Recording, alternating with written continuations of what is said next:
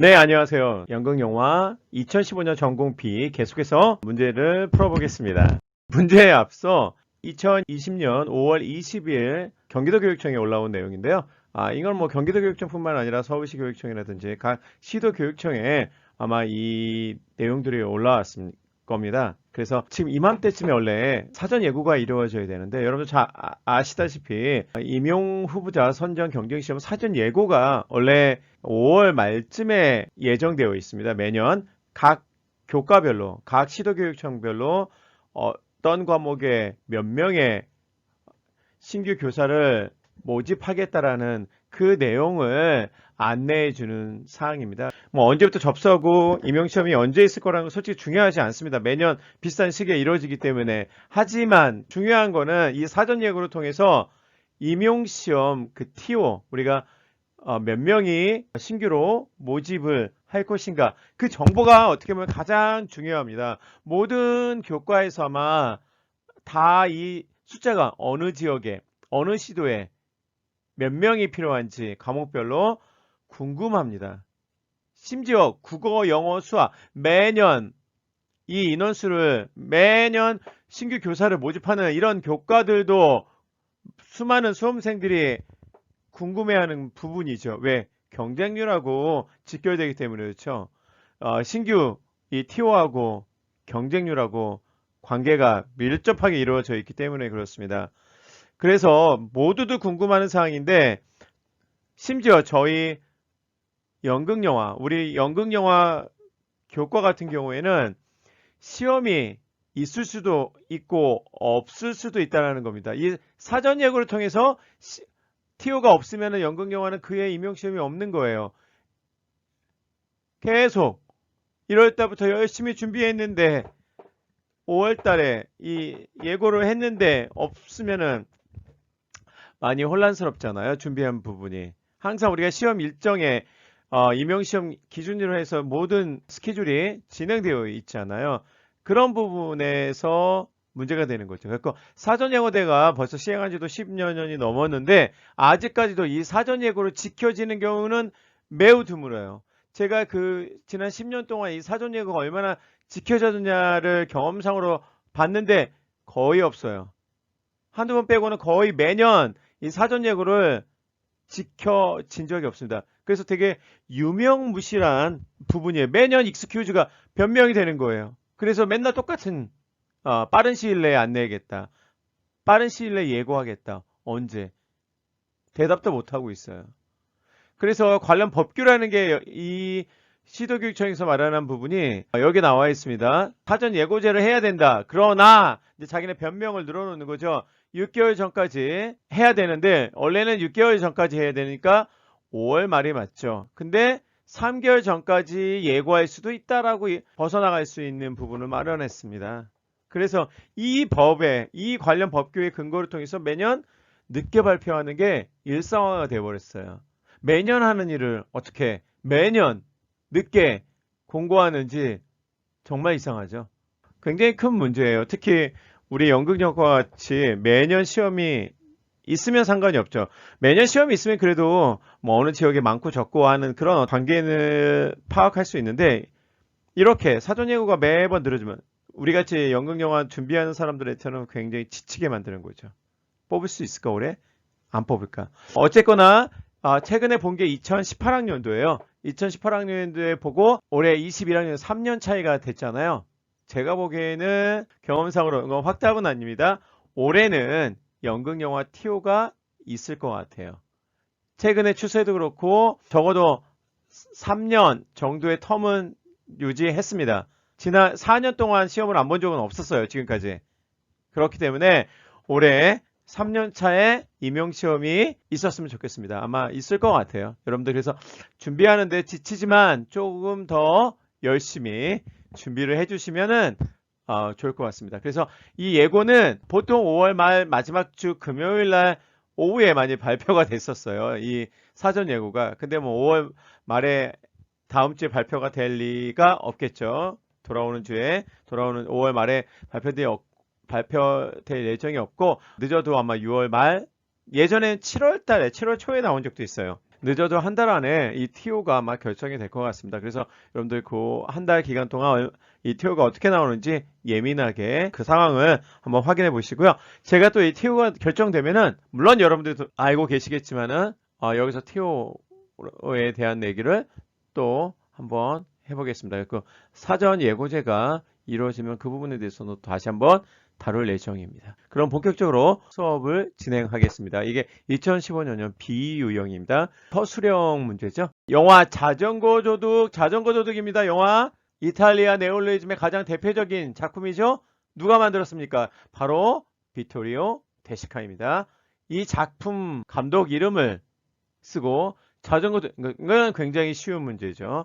그리고 밑줄 친 기억, 니은, 디귿이 친이 네올리즘의 특징을 각각 순서대로 서술하시오라고 되어 있습니다.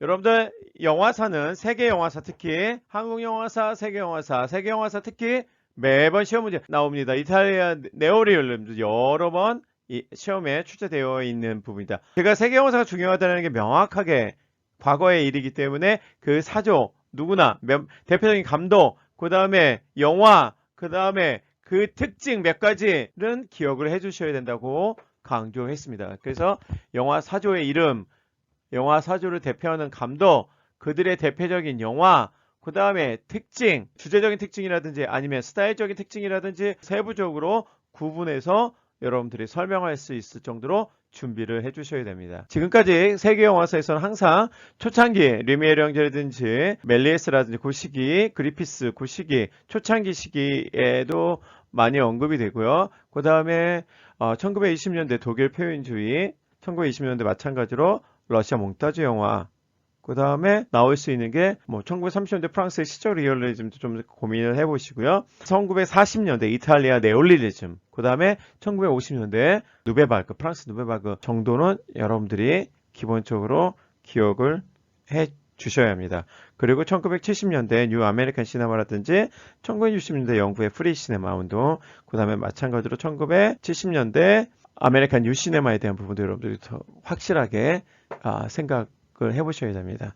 계속해서 말씀을 나눠보겠죠. 네올리즘에 대한 내용으로 넘어가겠습니다. 자전거 도둑은 워낙 많이 나온 거기 때문에 여러분들 이 영화는 기본적으로 보셔야 됩니다. 자전거 도둑을 보고 그 내용에 대해서 설명하는 것 문제가 나올 수도 있어요. 적어도 이탈리아 네올리즘의 가장 대표적인 작품이죠. 자전거 도둑은 여러분들이 안 보셨으면 꼭 보셔야 됩니다.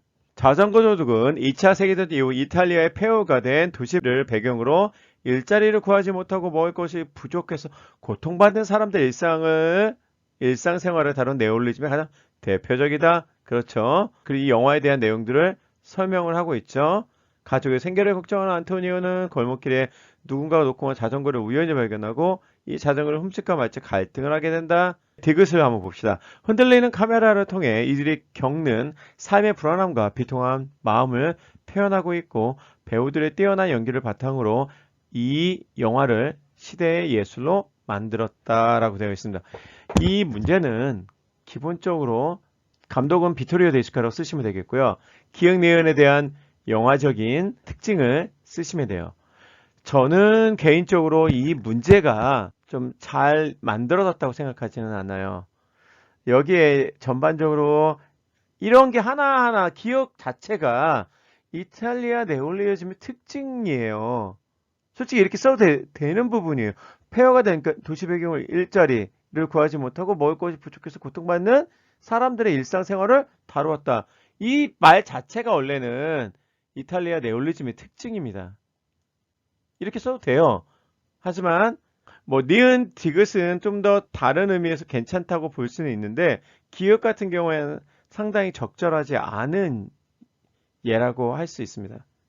그래서 어쨌거나 기억을 우리가 답변을 하게 되면은 서민의 실업, 빈곤 등을 사실적으로 표현 이런 부분이 답이 될 수도 있고 또 다르게 만약에 답을 요구한다면은 서민을 주인공으로 제시했다라는 거 이런 게 한 가지 특징으로 잡을 수도 있어요. 그래서 기억 같은 경우에는 답이 여러 개가 나올 수가 있어요. 이 명확하지 않은 문제처럼 느껴질 수가 있죠. 그래서 여러분들이 이런 부분에서 선택적으로 고민해 보시면 될 것 같고요. 니은 같은 경우에는 골목길에 이런 부분이니까 스튜디오보다 로케이션을 촬영했다라는 부분, 네, 로케이션 촬영했다는 부분이 될 수도 있죠.